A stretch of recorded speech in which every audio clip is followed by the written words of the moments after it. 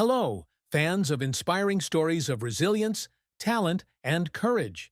Today, we will explore the life of one of America's greatest pioneering journalists, Connie Chung.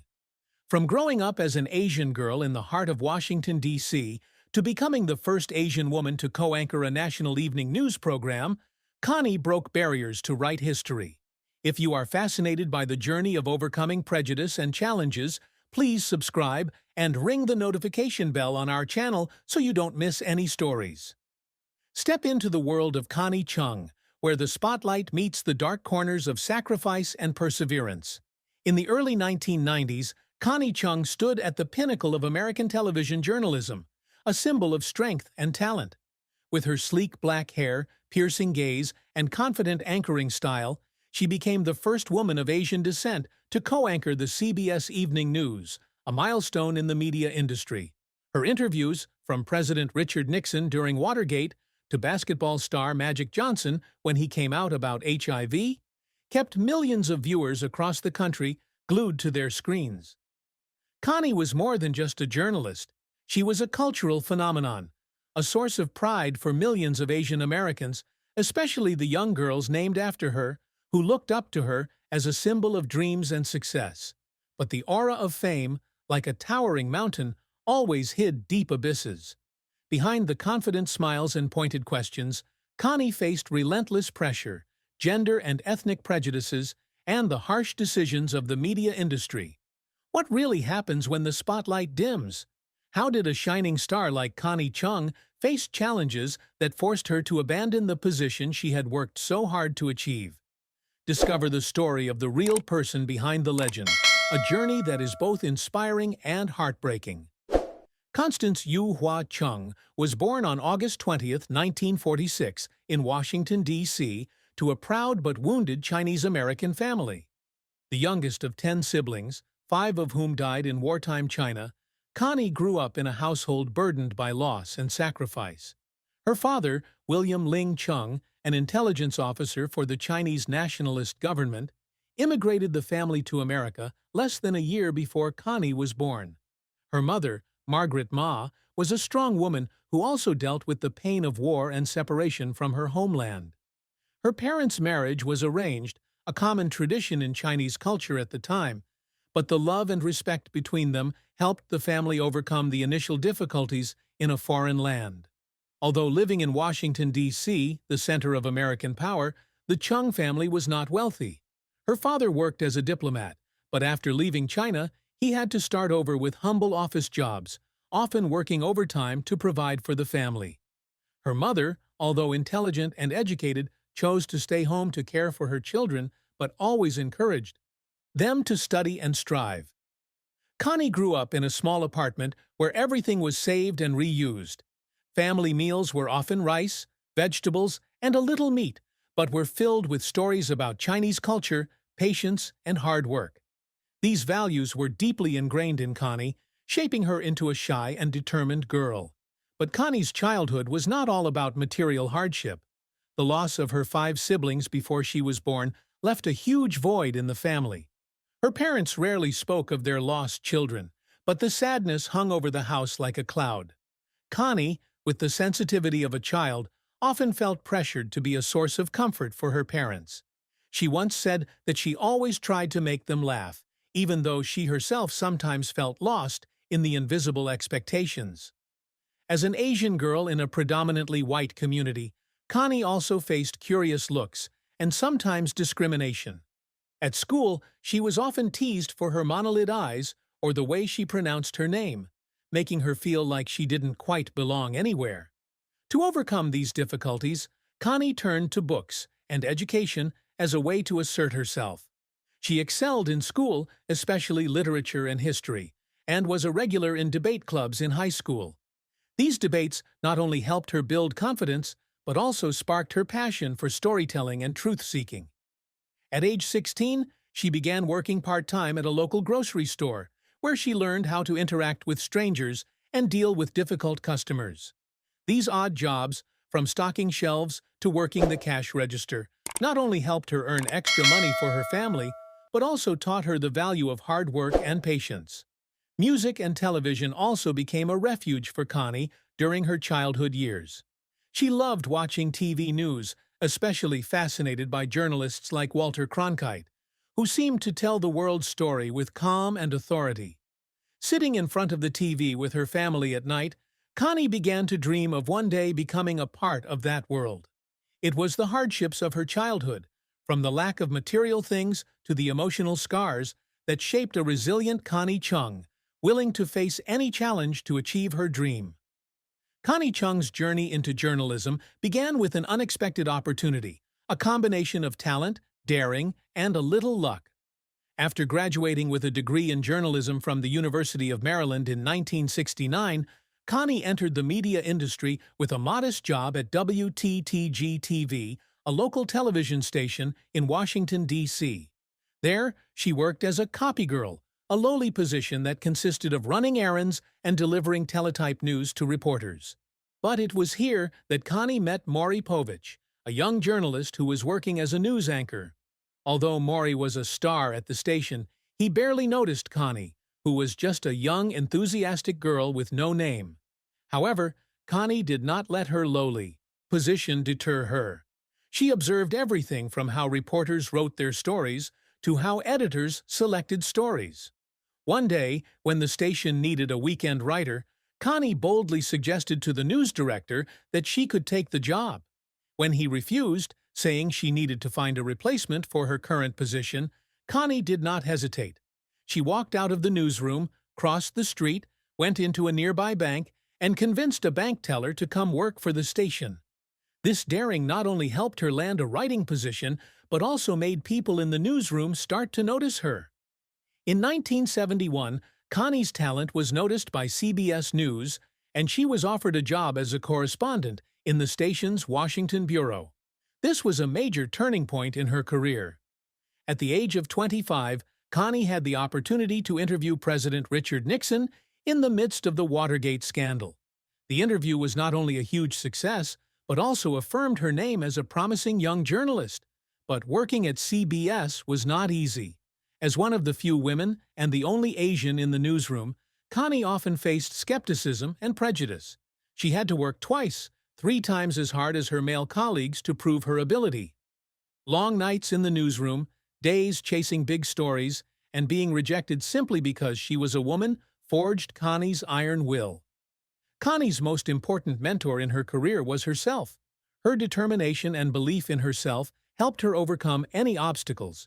However, she also had support from several colleagues at CBS who recognized her talent and encouraged her to continue. One of them was veteran journalist Ed Bradley, who taught her how to ask pointed questions while maintaining respect for her interviewees. It was this combination of natural talent, boldness, and valued colleagues that helped Connie survive in a competitive industry.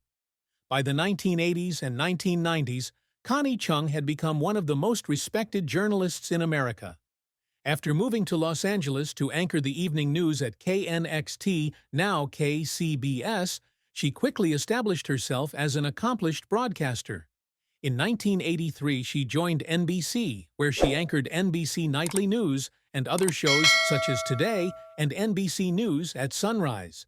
Connie's presence on the small screen was not only professional, but also an inspiration to millions of viewers, especially Asian Americans, who rarely saw faces like themselves on national news programs.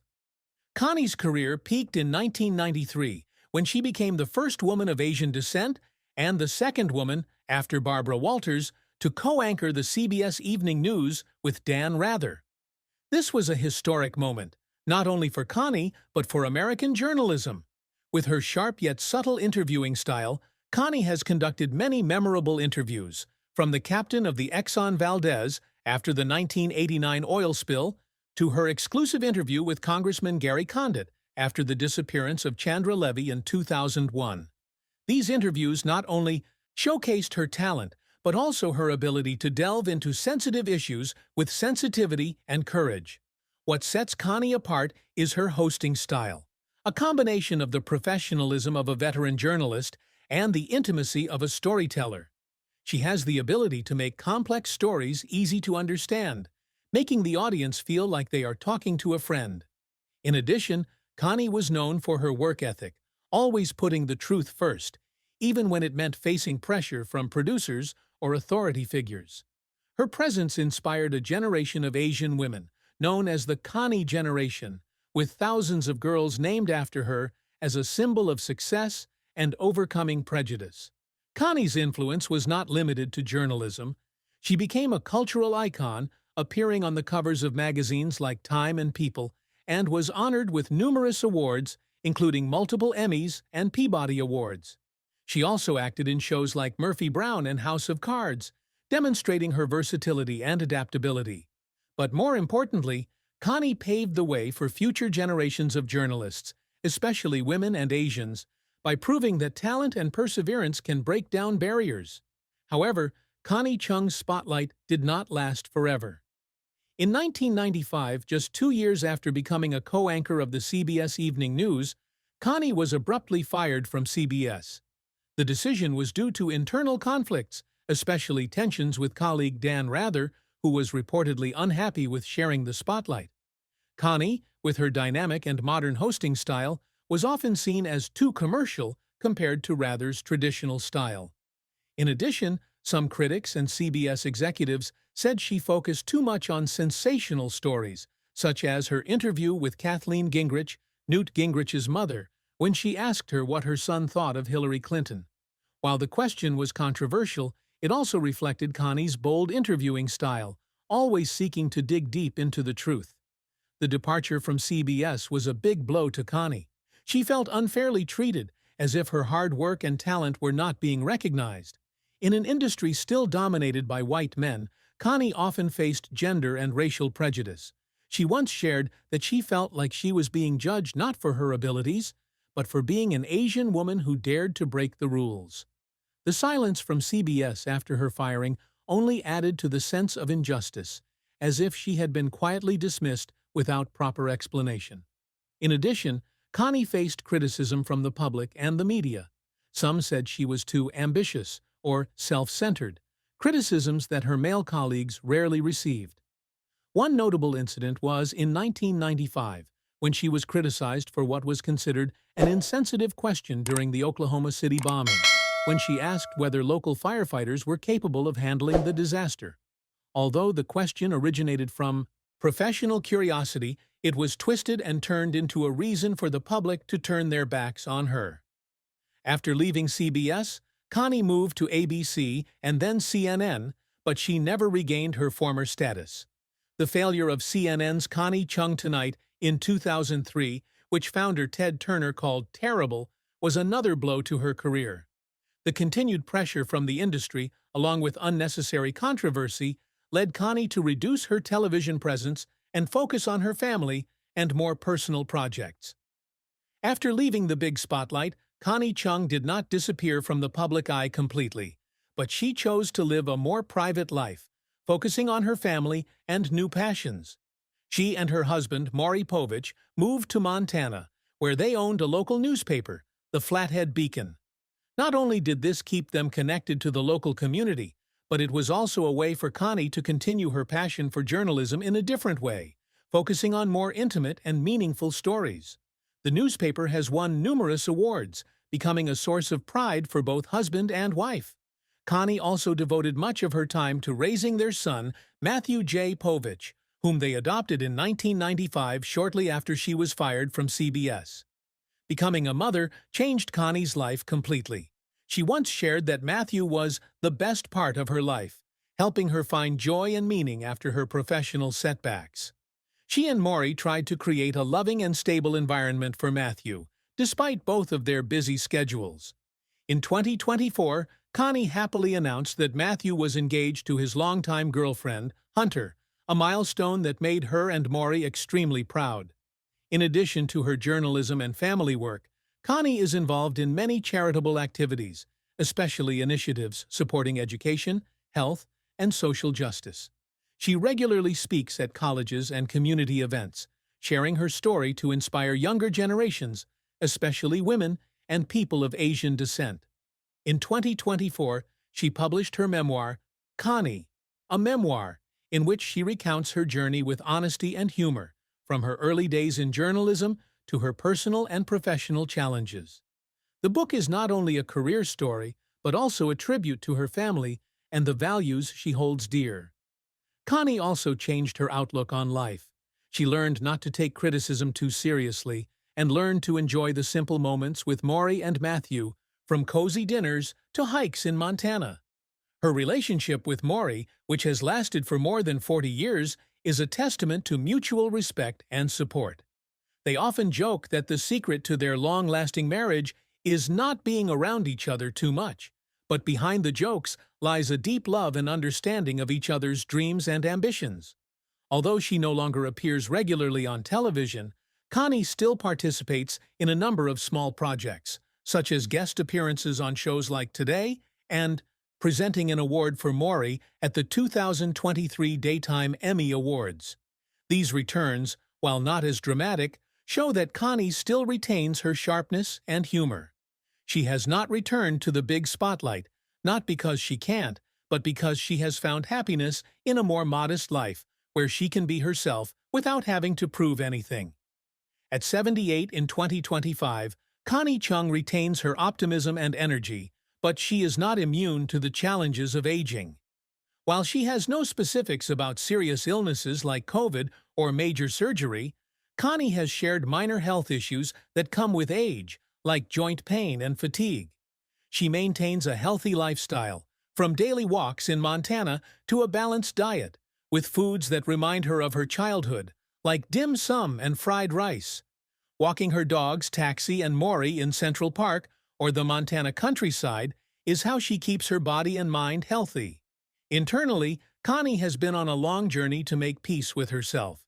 She has admitted that she has always felt not good enough, partly due to the modest values instilled by her parents and partly due to the pressures of the media industry. But at 78, she has learned to appreciate what she has achieved. Her memoir, Connie, is a way for her to look back on her life, from her struggles with prejudice to her happy moments with her family. She also became more open about her personal struggles, such as the miscarriages she suffered before adopting Matthew, and how she overcame them with Maury's support. The public response to Connie in recent years has been a mix of admiration and gratitude. Fans, especially women of Asian descent, regularly send letters and messages on social media thanking her for inspiring them. The Connie generation phenomenon, girls named after her, is a testament to her influence on the Asian American community. But in a media world dominated by young stars and social media, some younger audiences seem to forget Connie's contributions. She doesn't let that bother her, though. She once said she didn't need the world to recognize her, as long as she knew she had lived a meaningful life. Connie Chung's legacy is both material and spiritual. She left behind a prolific journalism career, dozens of awards, and interviews that changed the way the public views major issues. She paved the way for women and Asians in media, proving that talent can overcome any barrier. She and Maury also left the Flathead Beacon, a local newspaper that became a source of pride for the Montana community. But Connie's most personal legacy may be her love for Matthew and Maury. She once said that motherhood was her greatest prize, and her letters to Matthew, filled with love and advice, are part of her legacy. Connie Chung was more than a journalist. She was a woman who broke boundaries to live her dream. Behind the stories and interviews was a person whose pain, failures, and triumphs were very real. She faced prejudice, injustice, and personal challenges, but she always maintained her steadfastness and humor. Are we doing Connie Chung justice? Do we ever really see her, or do we only see her through the lens of controversy and the spotlight? Take a moment to reflect on the journey of Connie, a Chinese-American woman who became an American icon, a mother, a wife, and a journalist who changed the way we see the world. Learn from her lessons about perseverance, about the courage to stand up after every fall, and about the importance of being true to yourself. If this story touches your heart, please subscribe and ring the notification bell to continue discovering more inspiring journeys. Connie Chung is proof that while the spotlight may fade, the legacy of a resilient heart will always shine, will always shine, will always shine.